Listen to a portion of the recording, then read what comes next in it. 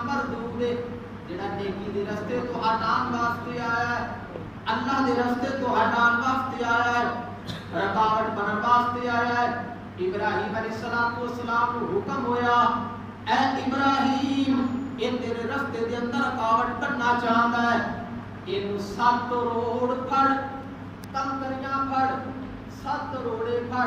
یہ مار حضرت ابراہیم علیہ السلام 7 روڑے پڑے شیطان مردود نو مارے اگلے مقام پہ پھر شیطان آیا کہنے لگا ابراہیم خوابہ تے عمل نہیں کرے گا اپنے بیٹے کو ذبح نہ کر ابراہیم علیہ السلام نے پھر روڑے پڑے 7 ابلیس نو مارے ابلیس دوڑ گیا اس تو اگلے مقام اسماعیل علیہ السلام کو لے آیا پہلے بی بی صاحبہ دے کو لے آیا بی بی صاحبہ آنکھیں لگیاں نہیں مردود نو بجایا ادھروں حضرت ابراہیم علیہ السلام نے روڑے مار کے بجایا 2 دفعہ روڑے مارے تیسری مرتبہ اسماعیل علیہ السلام کو لے آیا کہنے لگا اسماعیل آج تیرا آخری دن ہے تیرے ذبح کر دیتا جائے گا تو جان چھڑا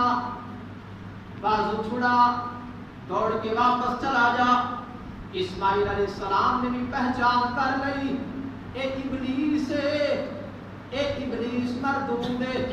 حضرت ابراہیم علیہ السلام نے پھر روڑے پڑھ کے ابلیس کو مارے نے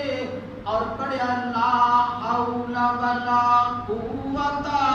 الا باللہ العلی العظیم